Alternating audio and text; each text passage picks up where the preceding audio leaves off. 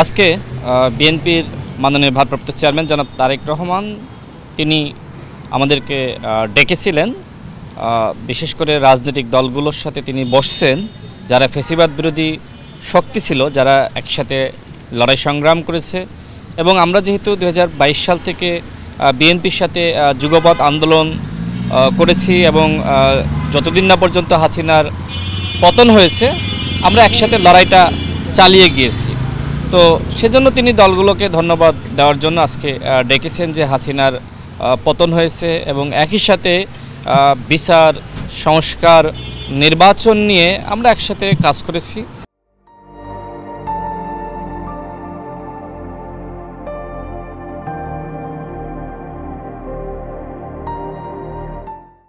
BNP বাংলাদেশে বড় একটি রাজনৈতিক দল। আজকে যে আলোচনাগুলো হয়েছে তার মধ্যে অন্যতম হলো যে যারা পতিত শক্তি আওয়ামী লীগ, তারা নানানভাবে চক্রান্ত করছে দেশকে কিভাবে আসলে বিপর্যয়ের দিকে নিয়ে যাওয়া যায় এবং বাংলাদেশকে ধ্বংস করার জন্য চক্রান্ত করছে। তো আমরা যদি আসলে এক না থাকি তাহলে হাসিনা কিন্তু সফল হবে। তো সেই জায়গায় আমাদের ফ্যাসিবাদ বিরোধী শক্তি যারা আমরা একসাথে যুগপৎ আন্দোলন করেছি তাদের ভিতরে পারস্পরিক সম্পর্ক ধরে রাখা, একসাথে সামনে এগিয়ে যাওয়া এবং যে কমিটমেন্ট ছিল দলগুলোর প্রতি একে অপরের, সেই কমিটমেন্ট রক্ষা করে নতুন বাংলাদেশ গঠন করা, সেই লক্ষ্যে মূলত আজকের এই মিটিং অনুষ্ঠিত হয়েছে। এই মিটিংয়ে বিএনপির মহাসচিব ছিলেন, স্থায়ী কমিটির দুজন ছিলেন এবং আমাদের দলের পক্ষ থেকে আমাদের দলের সংগ্রামী সভাপতি নুরুল হক নূর, আমি সাধারণ সম্পাদক রাশেদ খান ছিলাম এবং আমার পাশে সিনিয়র যুগ্ম সাধারণ সম্পাদক হাসান আল মামুন এবং আমাদের দলের সিনিয়র সহসভাপতি ফারুক হাসান এবং আরেকজন উচ্চতর পরিষদের সদস্য হাবিবুর রহমান রিজু।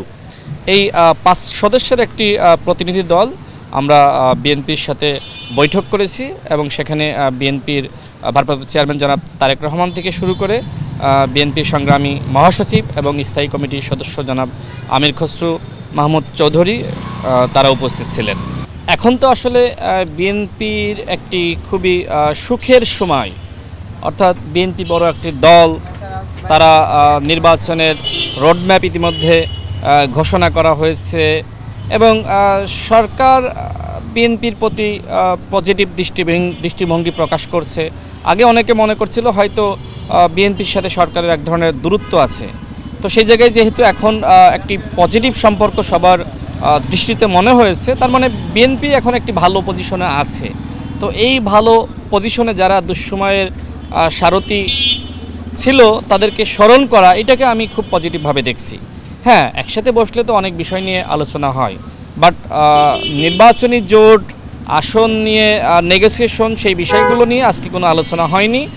বিশেষ করে যে পতিত স্বৈরাচার নানানভাবে ষড়যন্ত্র করছে, আমরা দেখেছি বিভিন্ন সময় বিভিন্ন আন্দোলন সৃষ্টি করছে এবং এই আন্দোলনের মধ্যে আমরা লক্ষ্য করছি যে ছাত্রলীগ, যুবলীগ ঢুকে পড়ছে। যদি আপনি সেই উত্তরার মাইলস্টোন কলেজ বলেন, ঢাকা বিশ্ববিদ্যালয়ে গতকাল রাতের আন্দোলন বলেন, আমরা দেখলাম যে ছবিগুলো ভাইরাল হয়েছে যে একসময় সাদ্দামের সাথে যে আন্দোলন করেছে, মানে সাদ্দামের সাথে থেকে সন্ত্রাসী কার্যক্রম করেছে, সে আবার সাধারণ শিক্ষার্থী বেশে এখন কিন্তু এই আন্দোলনে যুক্ত হয়েছে। তো নানান ধরনের চক্রান্ত আছে। আগামীতে রাষ্ট্র পরিচালনা করা সবথেকে বড় চ্যালেঞ্জ। এখন এই চ্যালেঞ্জ তো আসলে কোনো দলের পক্ষে আসলে এককভাবে মোকাবেলা করা সম্ভবপর নয়। দেখেন, এই যে আন্দোলনটা হয়েছে, হাসিনার পতন হয়েছে, কোনো একটি দলের নেতৃত্বে কিন্তু হয়নি, কোনো ব্যক্তির নেতৃত্বে হয়নি, সম্মিলিত প্রচেষ্টায় কিন্তু হাসিনার পতন হয়েছে। ঠিক বিএনপির যে ঘোষণা আছে, যুগপৎ আন্দোলনের যে ঘোষণা আছে, জাতীয় সরকার ব্যবস্থা, অর্থাৎ এই রাষ্ট্রকে যদি আপনি টিকিয়ে রাখতে চান, নতুন একটি রাষ্ট্র হিসেবে গঠন করতে চান, তাহলে আপনাকে জাতীয় সরকার লাগবে। আর জাতীয় সরকার কি?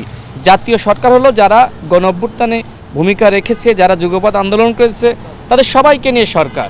এখন বিএনপি সেই একটি প্রস্তাবনা বা জাতির কাছে এক ধরনের কমিটমেন্ট রেখেছিল। এই কমিটমেন্ট শুধুমাত্র আমাদের সাথে না, বিএনপির এই কমিটমেন্ট জাতির কাছে।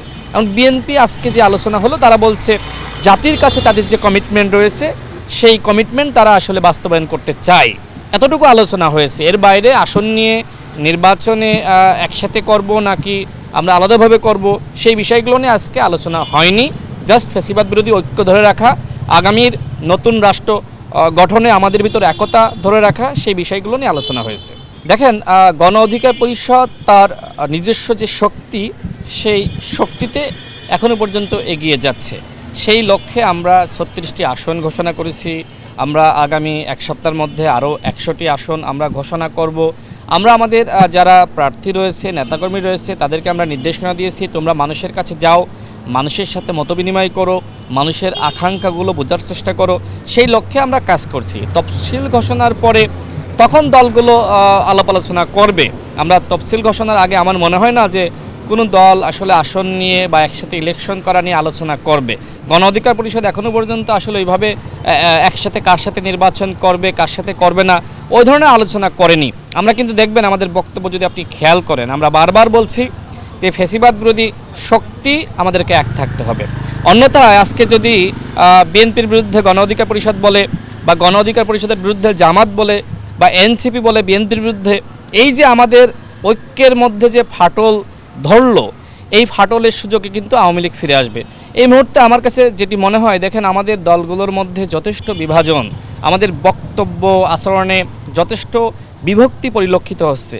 তো সেই জায়গায় যদি এইরকমই চলতে থাকে, তাহলে কি সামনে এই যে দ্বন্দ্ব, এই দ্বন্দ্ব থেকে কিন্তু সংঘাত শুরু হবে। তখন কি হবে?